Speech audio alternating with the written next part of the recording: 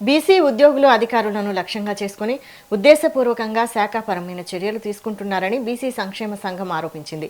Malakpet CI Narasimha Goud సస్పెన్షన్ను BC విద్యార్థి సంఘం జాతీయ అధ్యక్షుడు విక్రమ్ గౌడ్ తీవ్రంగా ఖండించారు. ఆరోపణలపై పూర్తిస్థాయి విచారణ జరపకుండానే చర్యలు తీసుకోవడం సరికాదన్నారు. సీఐపై వచ్చిన ఆరోపణలపై నిష్పక్షపాత విచారణ చేపట్టాలని డిమాండ్ చేశారు.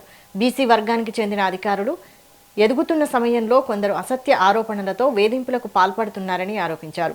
తప్పుడు ఆరోపణలు చేసిన వారిపై చట్టపరమైన చర్యలు తీసుకోవాలని హైదరాబాద్ పోలీస్ కమిషనర్ను కోరారు.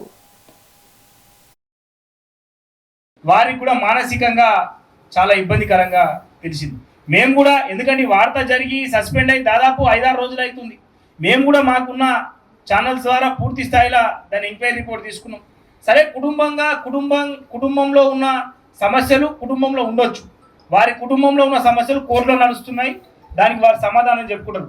కానీ ఒక జరగని సంఘటనను, కానిస్టేబుల్లకు సంబంధం లేని సంఘటనను తీసుకొచ్చి కానిస్టేబుల్ని వేధించాడు అనేది ఎంతవరకు ఇది అవాస్తవాన్ని వాస్తవంగా పత్రికరించిన నా మీడియా ప్రధాన మీడియా వాళ్ళందరికీ మేము ఇక్కడ నుంచి విన్నవించుకుంటున్నాం, రిక్వెస్ట్ చేస్తున్నాం. దయచేసి అది తప్పుడు కథనాలన్నా మీకు ఎట్లొచ్చినాయో ఆ తప్పుడు కథనాలను ఒకసారి రీఎంక్వైరీ చేసుకోవాలి.